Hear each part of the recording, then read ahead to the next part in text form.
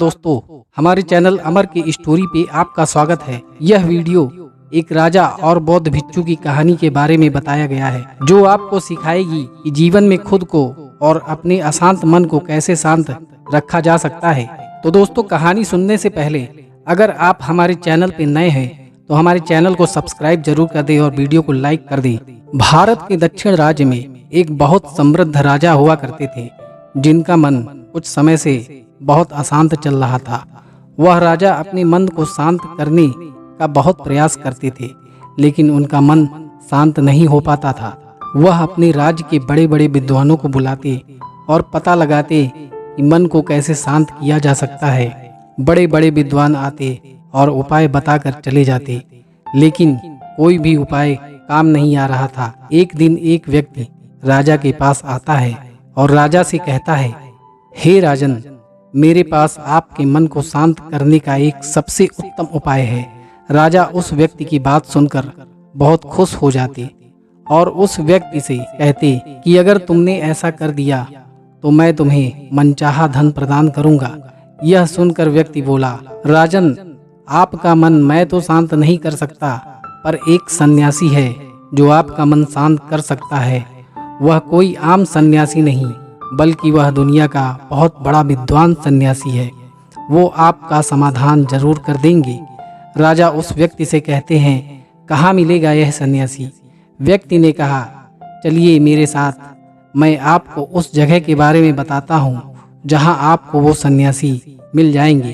कुछ दूर चलने के बाद वह राजा को एक पहाड़ी दिखाता है, जिसका रास्ता जंगलों के बीच से होकर गुजरता था। व्यक्ति पहाड़ी की ओर इशारा करते हुए बोलता है कि वो महान सन्यासी आपको यहाँ से कुछ दूर उस जंगल के बीच पहाड़ों पर मिलेंगे। वह वहीं पे रहते हैं।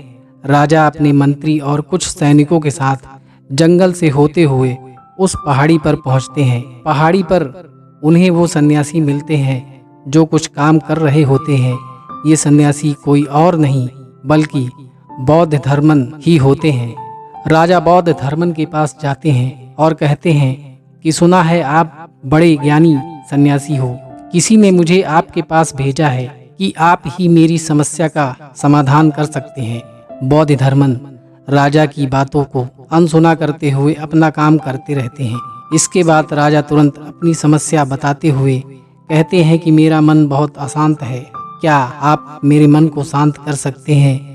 यह सुन बौद्ध धर्मन राजा की ओर देखते हैं और मुस्कुराते हैं। फिर राजा से पूछते हैं, तुम्हारा मन अशांत क्यों है? राजा कहता है, वैसे तो मेरे पास किसी भी चीज की कोई कमी नहीं है। धन मेरे पास इतना है जिसका मुझे खुद अंदाजा नहीं। सभी सुख सुविधाएं मेरे पास हैं। भगवान ने मुझे दुनिया की सारी दौलत और संपत्ति दी है, लेकिन बस एक चीज की कमी है, मेरे अंदर मेरा मन अशांत रहता है। यदि यह कभी कभी शांत भी हो जाता है तो कुछ देर के बाद फिर अशांत हो जाता है। क्या आप मेरे मन को शांत कर सकते हैं? मैं बड़ी आशा लेकर आपके पास आया हूँ। बाकी तो मैंने सब उपाय कर लिए, बस आप ही मेरी अंतिम आशा हो। बौद्ध धर्मन उस राजा से कहते हैं, बिल्कुल, मैं तुम्हारे मन को शांत कर सकता हूँ। यह सुन राजा बहुत खुश होते हैं। राजा कहते हैं, उसके लिए मुझे क्या करना होगा? बौद्ध धर्मन मुस्कुराते हैं और कहते हैं, कल सुबह तुम मेरे पास आना और ध्यान रहे अकेले आना। राजा कहते हैं, ठीक है, मैं कल सुबह आपके पास आ जाऊंगा। बौद्ध धर्मन कहते हैं, एक बात और ध्यान रहे कि अपने अशांत मन को अपने साथ लाना। यह सुनकर राजा चौंक जाते हैं और सोचते हैं कि ये कैसी बात कह दी।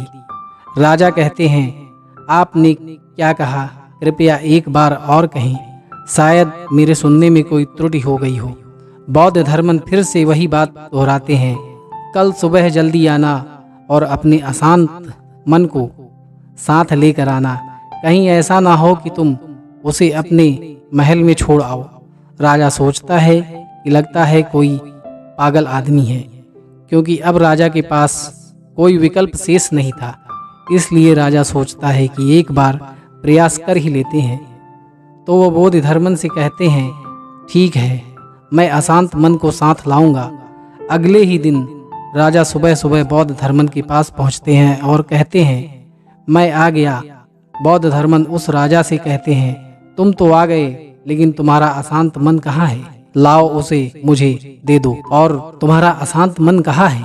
लाओ मुझे उसे दे दो, मैं उसे अभी शांत करके तुम्हें दे देता हूँ। राजा कहता है, आप यह कैसी बात कर रहे हैं? आप इतने महान सन्यासी होकर भी नहीं जानते कि मन कोई ऐसी वस्तु नहीं जिसे मैं उठाकर आपको दे दूं। मन तो मेरे भीतर है। बौद्ध धर्मन उस राजा से कहते हैं, तो ठीक है, आओ यहाँ बैठो और अपनी आंख बंद करके उस अशांत मन को अपने भीतर खोजो। राजा अपनी आंख बंद करके अशांत मन को भीतर खोजने की कोशिश करते हैं। बहुत देर आंख बंद करके बैठे रहने के बाद बौद्ध धर्मन राजा के कंधे पर हाथ रखते हैं और कहते हैं, आंख खोलो राजन। जैसे ही राजा ने आंख खोली तो बौद्ध धर्मन उस राजा से पूछते हैं, क्या तुम्हें तुम्हारा अशांत मन मिला? राजा कहता है, नहीं। बौद्ध धर्मन बोले, ठीक है, अब तुम कल प्रयास करना, आज के लिए इतनी खोज पर्याप्त है। राजा अपने महल में चले जाते हैं। अगली सुबह राजा बौद्ध धर्मन के पास पुनः पहुंचते हैं और वह ऐसा ही करते हैं जैसा कल बताया था। राजा एक स्थान पर बैठकर आंखें बंद करके अपने भीतर अपने अशांत मन को खोजने का प्रयास करते हैं। बहुत देर तक राजा बैठे रहते हैं और बौद्ध धर्मन फिर राजा के कंधे पर हाथ रखते हैं और कहते हैं, क्या तुम्हें तुम्हारा अशांत मन मिला? राजा बहुत शांत आवाज में बौद्ध धर्मन से कहता है, नहीं बौद्ध धर्मन। इस बार बौद्ध धर्मन फिर से वही बात कहते हैं कि कल फिर आना और पुनः प्रयास करना।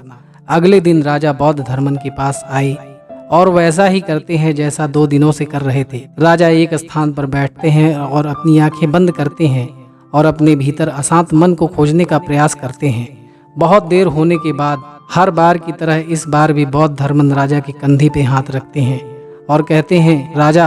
और इस बार राजा की आंखें नहीं खुलती हैं। राजा बस अपनी आंखों को बंद करके बैठे रहते हैं। इस बार राजा पूरी तरह से ध्यान मग्न हो जाते हैं। काफी समय बीत जाता है। वह बौद्ध धर्मन भी राजा के पास ही बैठे रहते हैं। पूरा दिन बीत जाता है, पूरी रात बीत जाती है। जब अगले ही दिन सुबह के समय राजा अपनी आंखें खोलते हैं और जैसे ही राजा की आंखें खुलती हैं, राजा अपने सिर को बौद्ध धर्मन के चरणों में रख देते हैं और कहते हैं, उसे मेरा अशांत मन तो कहीं नहीं मिला, पर वो परम शांति जरूर मिल गई जिसकी तलाश में वो अब तक भटक रहे थे। तो दोस्तों, उस राजा की तरह हम भी अपने मन की शांति को कहीं बाहर खोज रहे होते हैं, लेकिन हमारे मन की शांति हमारे अंदर ही है। उसे शांत मन से बैठकर आपको खोजना पड़ेगा। तो दोस्तों, यह वीडियो आपको कैसी लगी कमेंट में जरूर बताएं। धन्यवाद।